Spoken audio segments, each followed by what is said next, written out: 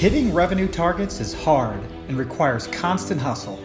Last quarter's success is already forgotten. Learn the mindset and tactics of today's most successful revenue producers in B2B marketing and sales. We call this the revenue hustle. I'm your host, Tom Hessen, navigating you on this journey. Today's show is sponsored by 9 Lenses, an interactive assessment platform that enables you to add instant value to your buyers and allows your sales team to tailor business conversations focused on the pain points each and every time. Check them out at 9lenses.com. All right, well, I am very pleased to introduce Christine Hunter on episode 1 of the Revenue Hustle podcast. Christine, welcome to the show. Thank you for having me. Really excited about the new podcast and the opportunity to speak together. Well, I appreciate you being a guinea pig here as we kind of figure this out as we go forward. But let me just give you a quick introduction. So Christine has been in marketing her entire career. So she's been at Infor, a big multi-billion-dollar software company, in a variety of roles, predominantly field marketing and demand generation, which we'll dive a lot into. And prior to that, at a company called Rockwell Automation for 4 years. So Christine, I just teed it up there. If you want to just give a little bit more color on what you're doing now and kind of what roles you've been, we'll get into more of the detail about your career kind of towards the middle or latter part, but just tee up for the audience, just kind of your role. Sure, yeah, I'll talk about my current role, and then certainly as we talk through other elements, I'm sure the rest of it will weave in, but currently looking after the demand generation function for our Americas business. So really focused on our team around partnering with sales to drive against their growth objectives and develop new pipeline and ultimately contribute to revenue, which is why we're here today on the Revenue Hustle podcast. That's right. So it is all about revenue, and marketing plays a really big role in revenue. And I know there's a lot that's changed in the marketing field over the years, whether it just be, just supporting sales, or now there's been talk of marketing kind of being as an equal to a sales or a partner to sales. And so how do you think about revenue just, in your day job? Like, how do you view marketing's role as it relates to producing the revenue, which we know is a loaded word sometimes. So maybe it's even helpful just to start, like, what does it mean for revenue to you? Like, what does that word mean? Sure. Yeah, I think about it in 2 ways. And I was actually on a call earlier today when we were talking about revenue, and just that it's not all created equal. So it's not, there's revenue that comes in through the services, through our partner network, through what the sales team books. So there's lots of different kind of facets or things that contribute to revenue. Where my team and my personal interest or tie into revenue is our contribution through the sales bookings that happen every fiscal year. So, we're really thinking about how do we drive pipeline so that can, be booked. Certainly we're looking as we think about more of a SaaS model, what's the overall lifetime of what we're building and how that's increasing, not only the annual contract value, but our total contract value over time. And we're excited to see that, certainly increasing year over year in our business. Fantastic. And I think that's, a lot of people maybe outside of sales, and I know bookings may be a new word for a lot of people. I don't know, is bookings a word that you found to be used commonly inside of marketing? That's generally more of a sales term. Yeah, it's definitely more of a sales term. I think we have used it as a part of our sales and marketing alignment. So kind of back to some of your earlier points around just marketing in general and the evolution. I think we all know the Mad Men days of marketing, which were really brand centric and drove a tremendous amount of change there. And then there's a lot of uplift there that can happen with brand. But as the organization started to evolve, then there was a lot around events. So there was really field marketing functions that aligned to local sales teams and how could we drive people towards events. And as digital came into play, that really transformed into some digital marketing. And then we just really see the intersection of really kind of a traditional field marketing role, which is regional, as well as a demand role, with digital. And I've really seen those merge together a lot. And then certainly as a subset of that, kind of a surgence around account-based marketing. Sales thinks in terms of accounts rather than necessarily leads, which is historically where I think the starting point was for marketers, is how do I get new names into the door? That was our, baseline goal. So, right. Yeah. So new names in the door, right? And salespeople always want hot leads, right? So the Yes, Glenn Ross leads, right? Yes. Coffees for Closers, a great movie. So as you think about, marketing now and the demand generation, how do you guys define demand generation versus brand versus field? So like, how do you guys at Infor, just in your career, kind of define demand gen? Yeah, for us, where we've defined it is I could maybe simplify it into two things. One, we are the team that runs campaigns. So we're often the campaigns team. We own the marketing calendar. We own that marketing mix. So really campaign focused. And the demand gen team for us, that we are quota carriers, similar to sales, in that we carry a quota for pipeline and booking. So I do directly, as well as all of the marketers on my team. We have a shared responsibility in terms of pipeline contribution. So that would be different with some of my other marketing colleagues that probably have other KPIs. But when I think about demand and our focus, it's really around how do we really open new doors, and ultimately that leads into developing pipeline that the sales team can take and run with and close. Right. So that's a huge point, right? And I know you and I talked about this in the past, but there's a lot of marketers out there, a lot of firms think about marketing's role to be very different from sales. And you've always heard about the friction between sales and marketing, and they're never quite getting along, and sales doesn't really like the leads, and yes. Marketing's always complaining that sales never follows up. And I think there's a lot of truth historically around those stereotypes, but what's interesting is how you guys are being incentivized, or your targets and quotas, which I'm guessing is how you're ultimately bonused or compensated as a team. It's on pipeline, right? And then revenue that gets closed. So talk about how that came to be and how that's driving alignment, or how you've seen it not do the opposite, in maybe past jobs.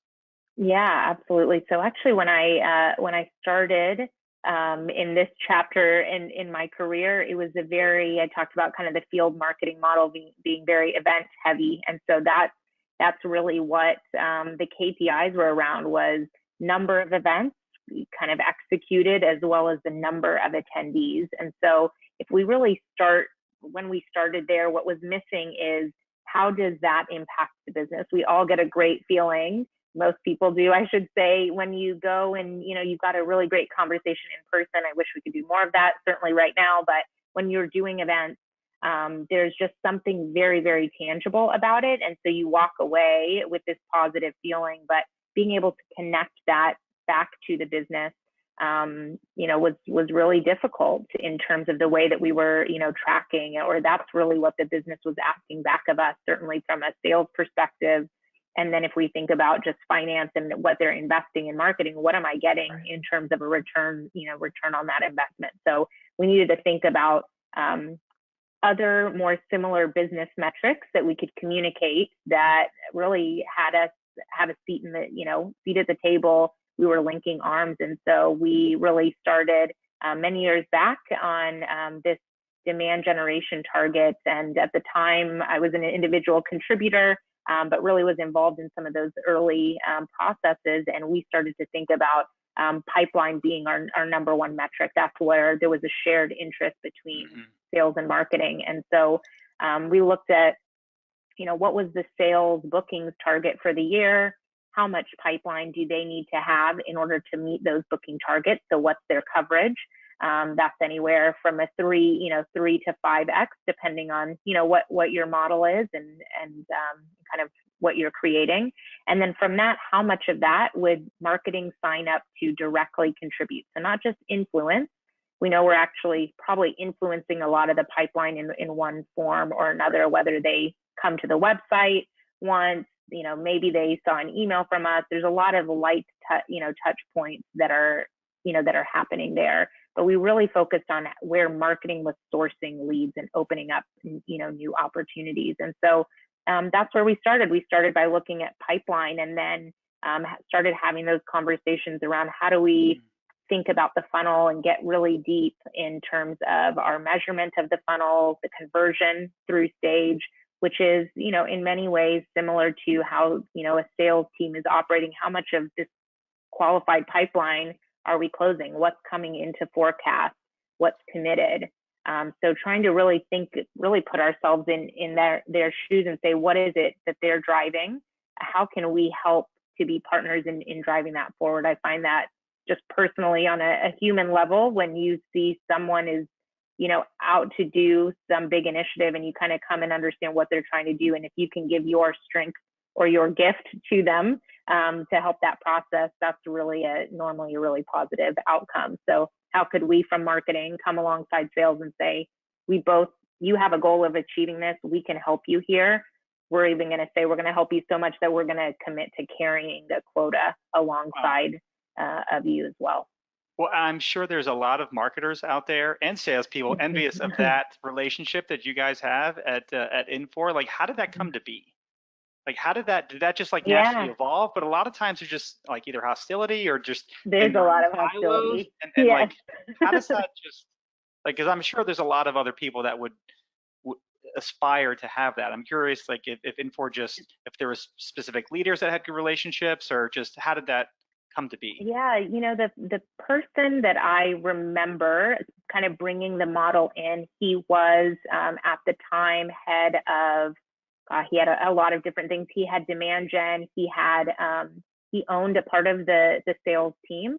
I think it was maybe the channel sales team at the time. So he was a really good kind of mix of the two, had this sales mindset coming in. Now, I don't know the behind the scenes, what those conversations were, but certainly if I think back into, his type of role and the conversations that he was having, it was, how can, we get more out of, this marketing relationship? And it is, frankly, it's a lot of hard work. Even when you set the metrics, that does not mean that the relationship is going to be positive. That's just, for me, a stepping stone. At least it's like a token that we say we're in it with you. But there's a lot of labor in actually building the relationship, and it's a lot of listening. It's a lot of, for marketers, like understanding what is the go-to-market and making sure that all of our activities are aligned to that. My nirvana state for every business is for someone to be able to say, this is what my sales leader, these are their key initiatives for the year. These are the things that we are doing a lot. These are our marketing initiatives tied to that. And here are the campaigns that we're running that are tied to that as well. And then if we can connect the dots really thoughtfully in our reporting back, then, we have a greater chance of really communicating the impact back to the business. Sure. So a lot of communication, we've done a lot. We've had lots of broken sales and marketing relationships that either I've been a part of or, have witnessed, and all of that. And normally where I see is certainly a commitment often, from the marketer's side to say, I'm going to go and over communicate. I'm really going to be listening. I'm going to really make sure along the way we're kind of lockstep, and so that it's not, we hear a lot, it's like marketing is doing this thing here, sales is doing this thing here, and maybe there's some impact, but no one would kind of celebrate it together. And we've been able to see a lot of success in different pockets in that in our team. And how does that communication keep going? Do you have like leadership meetings where marketing and sales are, whether it's monthly, weekly, quarterly, like how does that just continue to manifest itself? Yeah, I was actually looking at kind of reoccurring meetings today. So I've got probably more, real life examples. It certainly starts at the beginning of the year. So when the sales team is doing their budget meeting. So during that process, marketing being involved in that, they're normally not able to fully bring their plans to the table at that point, but it's definitely more of a visionary session and then a listening mode. We want to be really listening there to see, where does each line of business, where do they expect growth? What data can we look at that says, okay, based on where they think they're going to grow, where has demand gen had an impact before? And so we can make recommendations either in terms of budget or headcount to go and grow in those areas and make sure that we're aligned there. So really, I like to think about it around strategizing yearly, and that's around the fiscal planning. We plan quarterly and kind of quarterly cadences in terms of campaigns and our budget, but then we're really executing on a monthly basis in terms of the actual activities, what's coming up in the next, 3 to 4 weeks in our calendar. So we start there. We definitely do kind of checkpoints as we build the models together in terms of headcount and talking with sales, where appropriate along the way. It's always helpful if we can hear back from the sales team around kind of their rep coverage, making sure we understand where are they going to add reps. I've been in not great situations where reps are added and then we weren't, given anything additional from the marketing side, and so we kind of have to place our bets in a different way. So again, the ideal state would be if we can go in together and kind of make the recommendations together. That doesn't always, happen, and we certainly make it work. Sure. But that's certainly ideal state. So we start there, and then we have ongoing cadences with the team. People do it a little bit differently. We typically take a little bit of the lead from how sales does their cadence. So if they're in a weekly cadence, or we've got sales leaders that do monthly leadership calls, so making sure that we're presenting our plans there. But we, at minimum, are always communicating results back to the team on a monthly basis. That's where we can kind of see, we can talk about trends over time. We are evolving, a lot of that too, and through those sessions, listening to hear what is impactful for the sales team. But in those reviews, we want to talk about the health of the business, what's happening in terms of the 4-quarter rolling pipeline, which is, of course, the traditional way that sales, looks at the pipeline, what's coming up, what's happening in the current quarter. So we think about 4-quarter rolling pipeline, how much of that is marketing contributing to the 4-quarter rolling pipeline, and then what have we added in the last 30 days, in the last quarter, in the last fiscal year, that, depending on industry, however long your sales cycle is, right. Certainly could impact 3 or 4 quarters, down the line, but we want to be able to communicate that we're continuing to add. We're not just good with the status quo, like, okay, great, you've got enough in the 4-quarter rolling pipeline, so my job's done. It just doesn't work like that. We got to keep adding in. Right. That's where the hustle part comes in, right? That's exactly right. It never ends. And so how do you guys think about attribution? Because then it becomes a big deal, right, as to whether or not that pipeline is tagged one way or another, or maybe there's shared attribution. How do you guys think about giving credit towards where the pipeline originated? Yes, and one other thought came to mind just as that, because we talked about the positive things, but I'll also share the negative, because I always like to hear about things that when it doesn't go well, so we can learn from that, and then I'll answer the attribution question too. Where there's historically been, or maybe all the time, this sales and marketing breakdown is when we're not thinking about the business health overall. So sometimes we're like, yes, we're performing on our marketing targets, but the collective team is not performing on their target. So it doesn't really give the good one team vibe if we're coming to the table like, yep, we're knocking it out of the park, and then sales is missing their targets. They're like, what are we celebrating? So then that shared metric kind of becomes a arbitrary thing, like a nice to have, but not meaningful. And so that's where we started to add more and more. What is the sales team looking at? That's why we like that 4-quarter rolling pipeline view, to do a longer term view.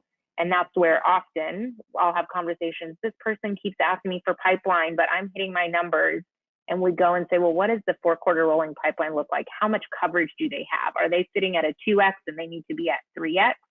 Well, that's the gap that they're feeling. Even if you're not feeling it, that's what they're feeling. And that's where they want our help. So those are kind of the conversations that we have around why there's pressure around pipeline building, and why people are coming, to marketing to say, how can you help me? Even though we feel like, oh my God, we're doing all of this work. What do you mean? I can't add more, to my plate. But it's typically in that little conversation where there can be a gap between, sales and marketing. So when we do look at the pipeline, you asked about attribution, how do we look at it? There's a lot of different, models there. There's a lot of science, we're trying to really add a lot of science around, marketing. The most common attributions are either based on the first touch. So the first thing that, that you did with them, that type of channel. So whether it was social media, email, etc., that first thing gets attributed or gets the value. There's the last touch, which is the thing in our world, which is the last thing before it became a lead, because they could have come in from paid search, but then we nurture them, and then actually it was an event or a webinar that they attended that kind of took them over the line. And so we give credit to the webinar. So that's another way. But there's also really more of a multi-touch attribution model, and you can do that either across the line and say, I'm going to equally weight, or you can do a weighted attribution model. And that's really helpful in terms of looking at influence. That's typically where I've seen it used is around influence. But when we're talking about signing up for pipeline, it's really more around what are we sourcing. And so that first touch or last touch is what we've kind of traditionally used. Right. And then do you track that down through your CRM to see like what their last activity was before they convert to a lead or something like that? Yeah, we start, it comes into our marketing automation platform, and then that's where all of the scoring happens. We've got a lead scoring model. So you can auto MQL, as we say, you can automatically become a marketing qualified lead, but not every activity is worthy of that. And so they come into our database and we score them. And then based on their score, we have a lot of people use 100. We actually use 80. Knowing that between 80 and 100, sometimes there's other activity that happens after it goes to our business development team. So in our case, it gets scored in our marketing automation platform, then it flips over to our CRM, which is where our business development team follows up on the leads. And then from there, they convert it to an opportunity after it's been qualified. And then it goes through the regular sales stages and cycles that are tracked in CRM. And you're not fighting with sales over pipeline attribution, right? I mean, sales doesn't really care, I guess, where the credit goes per se on the pipeline creation. Sometimes. That's probably, I mean, I wish it was as clean. It's certainly in early stages when we're building relationships. It's not always, crystal clear. And then let's be honest, like it's a little confusing. Marketing is a little confusing in that it's not linear. It's not, yes, you have this meeting and then you book another meeting, and, there's a lot of factors that are at play. And so it's really, tough in those, cases. Ideally, we'd like to be just winning together. In some cases, there's really not a care around it because we're winning together. In other cases, we do have hard conversations around, is this actually, attributed and things like that. And, in my world, what I say is like, we want to have integrity around the reporting. It came up, recently, this actually didn't come. This was more of an influence. It wasn't sourced. And so we said, okay, absolutely. Like we're going to actually take our marketing code off because we want to have integrity, in our reporting, and, appreciate you bringing it up. And that's our challenge to go solve. And how do we better report on where we're influencing or moving deals forward? But we kind of need to create that reporting channel rather than trying to put a Band-Aid on something that is not the right fix. So right, and I mean, marketing is so hard because there's so many different touches, right? Whether it's word of mouth, and then they come and do something. Like there's just so much that can't be tracked. That's happening outside conversations, and so it's worthy to pursue that end goal, but knowing that it's never perfect, right? There's no like in sales, you can always kind of track when the first conversation happened and kind of when they fell out of the process, but marketing is really hard to understand. It's really hard. In some ways, it's getting a little easier with a lot of tracking that can be done digitally. So that's, positive, and more people are, researching online and doing that. And so we're able to kind of get more of what we call their digital footprint, up front. But then there's more and more regulations, frankly, that are coming in around we need to give consent for us to be able to track them. So we're kind of in this interesting place now where maybe we have a lot of capabilities in terms of the tech, but now we've got these new regulations. And so that's actually limited some of our ability to report too. There's people that can come and, browse on our website, but they don't give consent for us to track them. So they're, it looks like our volume has gone down, but it's not. It's just that I have to track it in a different way. So, there's some kind of headwinds there in terms of what's coming out, in terms of privacy, which is absolutely understandable. But it does, make it a little more complex for us. Got it. And so how do you, so I guess the salesperson's responsible for actually defining the pipeline or the opportunity size, right? So there's probably some sort of, right, you're whether it's a number or a small number, and some sales reps would rather have a bigger pipe, so they'll just inflate numbers, or sometimes people are more conservative. Like, how do you guys just again, because that ties back to your numbers, your metrics, your compensation. Like, how do you get over that little piece? Yeah, it does. There's exactly what you said. Some are inflating and then some are not. So there's a little bit that kind of shakes out just in the wash of that we think it's, good. We actually went through in one of our regions, we had a new sales leader that came in, and by our ability to track every stage, so we have adopted Series Decisions and their waterfall, methodology. And so we do a lot of, diagnostics on what's happening from the MQL all the way to close, and what's falling out at every stage, what's getting stuck. And so that's some of the conversations that we're having in our monthly reporting back with sales. And we had a really great partnership in one of our regions where the sales leader, really took attention to that. And he was doing his own, kind of pipeline cleanup with his team, but also has really driven a cadence with his sales reps and directors around making sure that there's actually progression happening in the opportunity.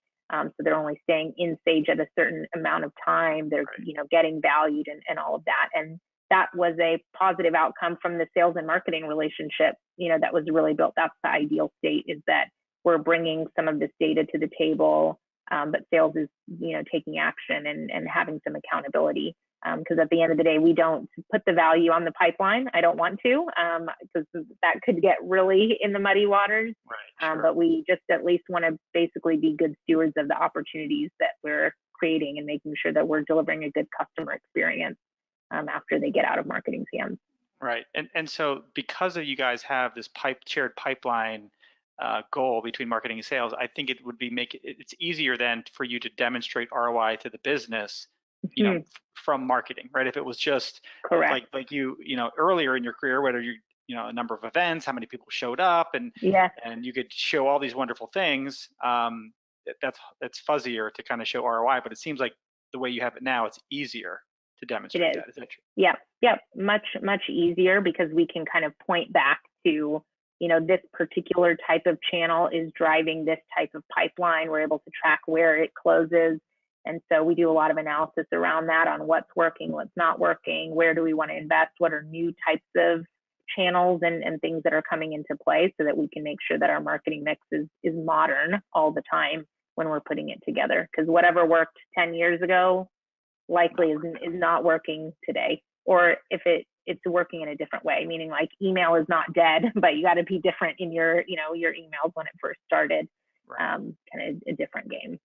And I thought it was really interesting too, you talked about the process by how you get to the numbers, right? Or the pipeline that you're signing up for. Because you're almost taking us inside of those planning sessions to say, okay, whether it be the CEO or someone says, okay, we're going to grow to this amount this year. This is our internal target, right? And then does it all flow down from there, where sales is like, okay, if you want, we need to hire this many more sales reps, and marketing has to do X, Y, and Z to get to the coverage. So just take us inside that process about the annual planning, because I think that's interesting. Yeah, it's really kind of the first step is really a sales and finance conversation around the growth. So they're typically doing that planning, up front. Where do we want to see the growth? What has there been achieved, over the last year? But then we will start to get in the conversation once they kind of have version 1, or some early versions of that, knowing that it is certainly going to modify based on like the full fiscal year performance, but we'll take that selling effort number, which is what we call the, our bookings. And from that, that's where I kind of get into my world of spreadsheets and thinking about what we're going to sign up for. So we think about how much pipeline, what's the coverage that we want to commit to as a business. Again, that's anywhere from like the 3 to 5x based on the region and kind of the mix. 3x is normally very common for a perpetual on-premise type of business, and then we see 5x in the SaaS, pipeline build. Or we've used 4x as well in some models where there's a lot of blend of type of pipeline and bookings that need to be created. So, we start there. What's the coverage that needs to happen? Again, between that 3 to 5x. And then what is the percentage that marketing is going to contribute to that? That can really be, I've seen, really companies like ours of our size in enterprise, really in that 25 to 30%.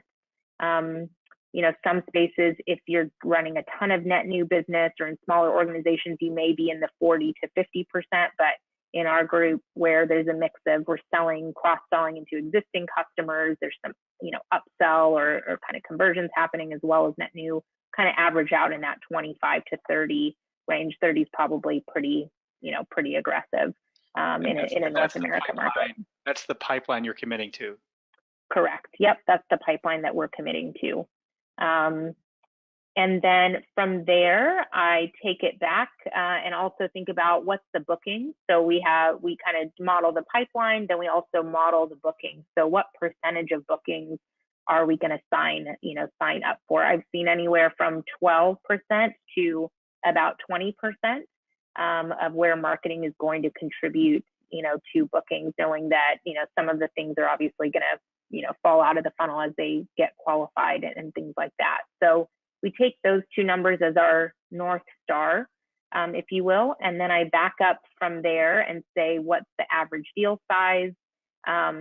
Not just overall sales average deal size, but from my past history, what is the demand gen source average deal size? Sometimes we're higher, sometimes we're lower, but whatever that is, I'll take that and then model back to the marketing qualified lead. So how many bookings do I actually need? What's the conversion rate from bookings to qualified, qualified to accepted, accepted to passed, and passed to marketing qualified lead? And so that's where we get some of the volume targets that are not in our compensation, at least, from where I've been, but certainly are leading indicators that we give to a lot of the marketers on our team to manage the health of their business. So it's a math exercise. Really what you're going through is a math exercise. It is, yep. And we look at historical performance to see what has been the conversion rate. Is it performing above average? Then we kind of maintain that. If it's performing below average, then we know what the averages are, and we'll do some sort of step change, whether to get them to average or something that's achievable. I want to make any of our targets stretch, but something that people can attain. As much as I can, I want to avoid it being demoralizing for someone and kind of walking away thinking I can't do this. So in my business, which is, complex with multiple lines of business, we commit to something at the regional level, but then I do go in nuance based on each line of business. Still, I commit to a regional target, but then some groups maybe, there's kind of different characteristics that maybe they can contribute 40% to the pipeline. So, but another business is in a growth, startup mode. So maybe they can only do 15 or 20. So we do some balancing exercises there. And really what I love about how we've built it is we do that actually in conjunction with our business development team.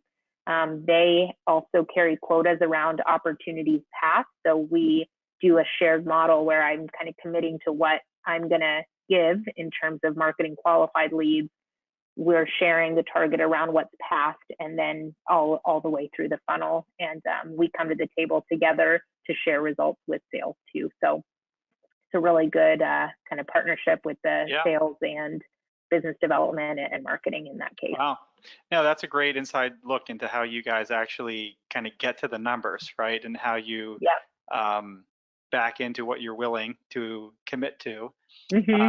And so then from there, you're probably driving your budgets, right? Like how much money do I need? Do I need more staff? Need more, Correct. tools, Yeah. technologies, ad spend, right? So is that kind of the next or the final step in the Yeah, planning process? yeah, definitely part of the next step. So we look at that as a, starting line.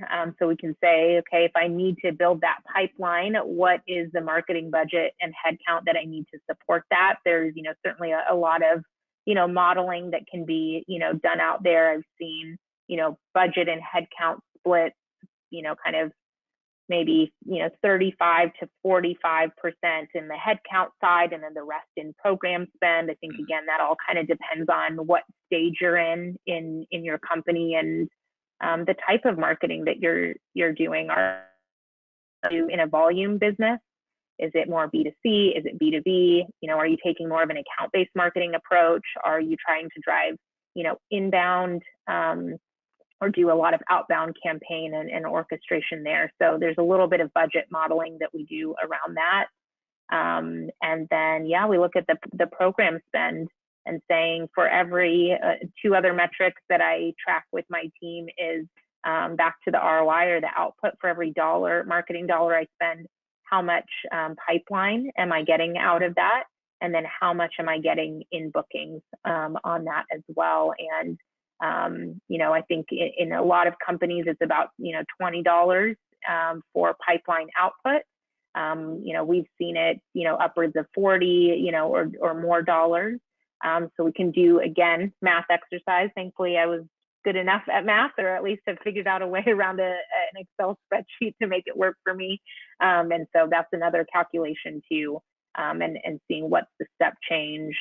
We also look at, if we don't get the budget that we thought that we, could, how do we partner and extend with, with other either vendors or with our channel and alliance partners that maybe have some shared interests, and we can go and do some cost sharing there if we have a, shared outcome that we are looking to drive. Right. Well, great. And that's that's a lot of detail on the numbers, and I think it's really helpful for people to measure themselves against, right? Because I don't know if there's that much precision in a lot of businesses today as it relates to their planning and measurement. So thank you for sharing that. Sure. So what are some of the things that you are doing just from a tactics and tools and processes standpoint that you that you're investing in right now, or you've seen success in? There's some people saying, well, Facebook ads are all, you should be on LinkedIn, you shouldn't be certain places. There's a lot of opinions out there. So how do you kind of think that through, and what are you doing today that's producing fruit? Sure. Yeah, I think about it always. It's back to your go-to-market. Who is it that you're trying to reach? So everyone's marketing mix doesn't look exactly the same. Maybe it's similar, but then you dig a little bit deeper and it's different vendors, or they're doing different capabilities, or something like that, because it's really, who are the people that I'm trying to reach? Where are they naturally, and how can I go meet them there? Or what is it that I can put in front of them that would, grab their attention? And so, events used to be, we can't really do any live events now, but or very limited, but there was a heavy emphasis, and that kind of goes back to the early marketing days that I've had, where it was field marketing. So there was a lot of event, centric things.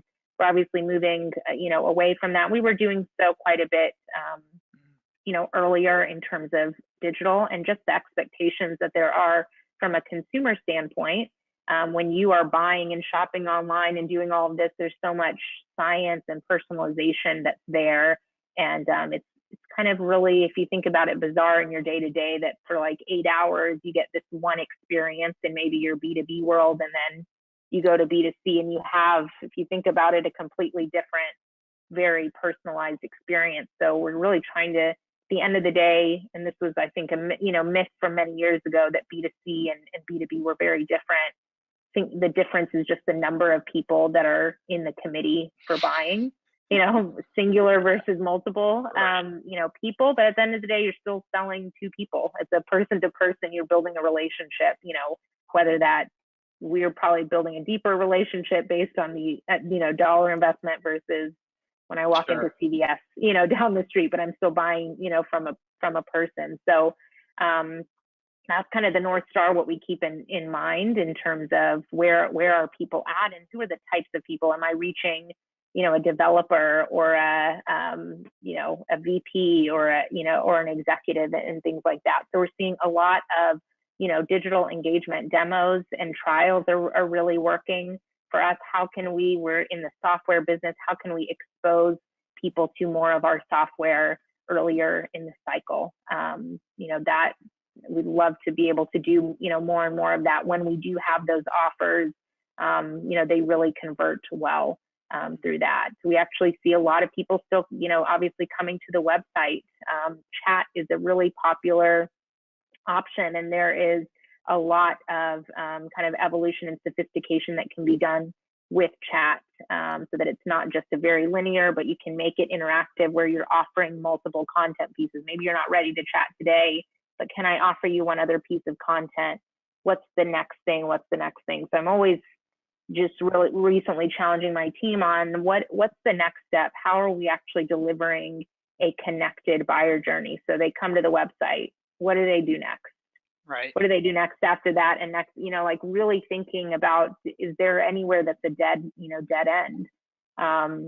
So, we've been really looking at that. There's obviously a lot of, virtual summits, which have been, originally we were thinking about them almost as a replacement of events. Like, okay, we're just going to turn our live event into a virtual event, but it's actually a really different experience. So we're now thinking about what were the outcomes from live events, which was this executive relationship building.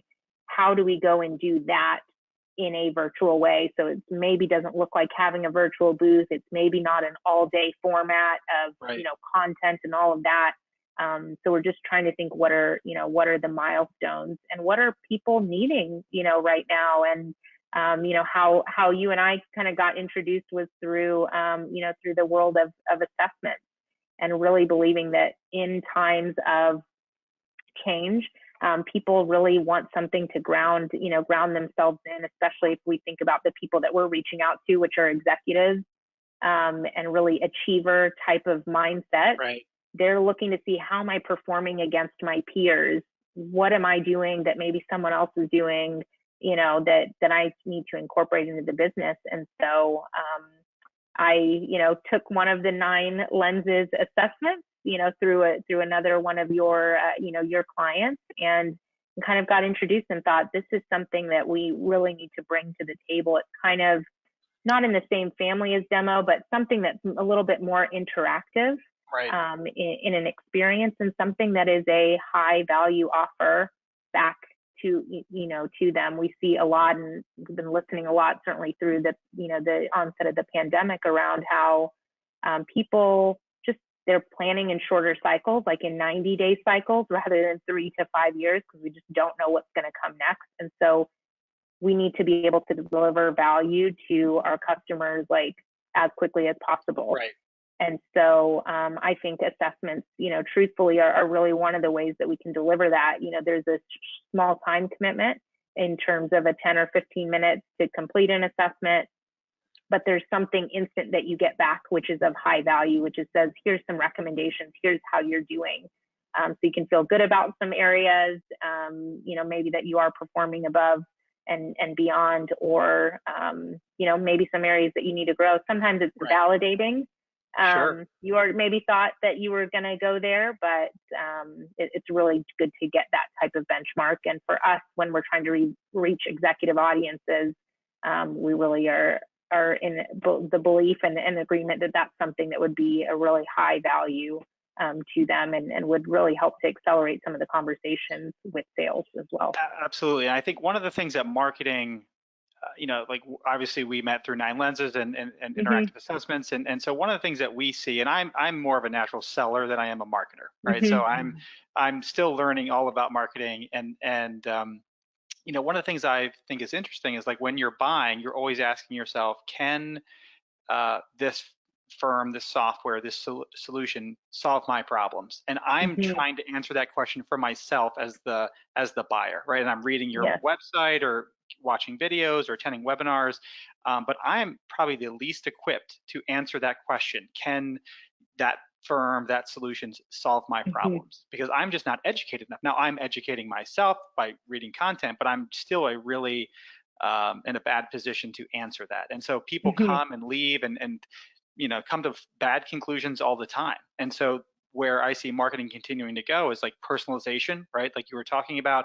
I think it's hard in kind of the B2B space because you just don't know much about these people. They're buying on behalf of the business, not personally, right? Whereas like you can get all sorts of stuff about individuals online and their shopping habits and all sorts of things, but in B2B you can't have that. So I think that's just one thing from like assessments, being able to provide instant value that's tailored back to that person in where they are, kind of meeting them where they are, helping them understand just, am I good, am I bad, and educating them in a way that allows them to, ideally take the next step, which is a more meaningful discussion.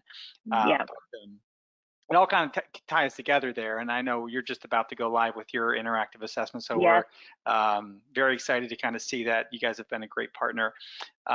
So we got a few minutes left here. I would love to just, Christine, just kind of have you take me back to the, in college or in high school, and when you started to think about like your career, like how did you end up where you are today? Like just how'd you get into marketing? Did it find you? Did you find it?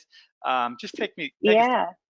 It kind of found me. That's how a lot of things, in a way. I was actually thinking about this in preparation for our conversation, and I could trace it back to I interned or volunteered at the Make-A-Wish Foundation, and went, I believe, to a trade show to represent the Make-A-Wish Foundation, and I thought, this is fun. We get to meet people, and I'm kind of an introverted extrovert, so this works for me. So what can I liked that experience, and so I thought, what can I do? That was an event. I always liked events, and so I thought, okay, not really a wedding event planner. It's a lot of emotions for me, to be in, but I thought corporate events, why don't I do that? And so when I went to the University of Texas in Austin, and I was an intern for a smaller company that was then acquired by Rockwell Automation. And I was their spring intern for their annual user conference.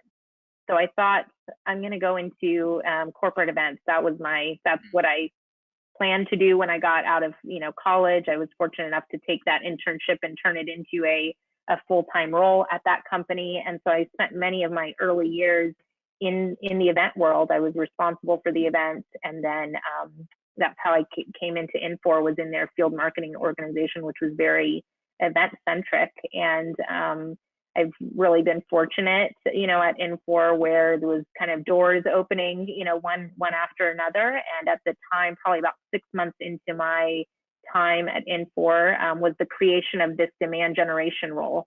Sales was saying, I'm talking to too many people. I just need a single point of contact for marketing demand. And I was named the leader for our manufacturing business at the time, to be that single point of contact for demand. So that's kind of how I switched a bit from the events role into demand. And since then, just kind of took off in terms of learning around demand, taking on the strategy side of the business. And over time, at that point, I was really an individual contributor, but being able to take on additional responsibilities and get into, running the region, more than one region, and looking after multiple lines of business, and leading a team of marketers now that all align to the sales team in developing that pipeline. And what skills do you think that you've, sometimes it's hardest for ourselves to see our own skills and our, gifts that translate to success. Do you have any idea what skills that you've really relied on as you've progressed very quickly? Yes, thankfully, I'm a big believer in strengths-based assessments too. Speaking of assessments, so I love Strengths Finders and the Strengths Profile. So I would, as you said, marketers are sometimes the worst marketers of themselves. So I probably would not know except for that.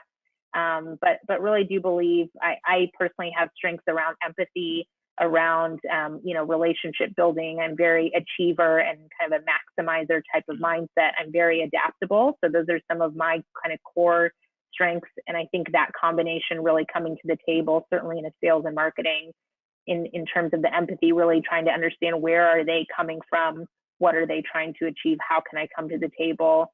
I love building relationships. So that I think is, really essential, certainly in a field facing type of role.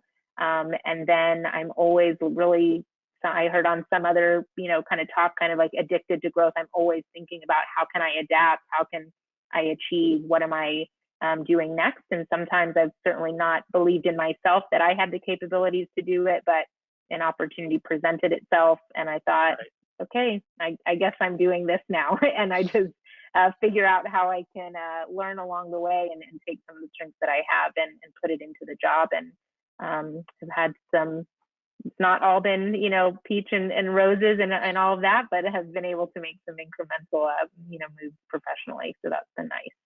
Well, that's been great. It's been great working with you too. So I'm glad we had the opportunity to cross paths here. So I'll just wrap up here and just, what are some of the hobbies that you have? Is there anything that you do outside of work when you're not thinking about pipeline coverage? Yes. Yes. What am I doing? I am a huge, I don't really want to call myself a foodie, but my husband and I love trying new restaurants. It's beyond just, just food for me. So, we really enjoy that, enjoy kind of concerts and music whenever we can get, back to that. I love traveling. So a lot of my hobbies are on hold right now because of where we're at, but really, love traveling. But any kind of intersection of food, music, travel that I can bring is my favorite. And then doing some reading sometimes too. I'll give a plug for one of my favorite books, which is the intersection of the two. It's called Setting the Table. By Danny Meyer, and he talks about his philosophy around the hospitality industry. And for me, who loves food and I love his restaurants, I thought I'm just going to read this. And it's one of my favorite business books, which is maybe business and leadership books. So a little reading on the side too. Look into that one. That Sounds great. Well, thank you so much, Christine, for your time and being guest number 1 on the Revenue Hustle. That is an honor to give to you. And thank you so much. Me. And we'll hope to catch you down the line. Sounds good. All right. Thanks. You bet. Thank you for tuning in to the Revenue Hustle. This episode has been brought to you by 9 Lenses. Close more deals with interactive assessments. Check them out at 9lenses.com. See you next time.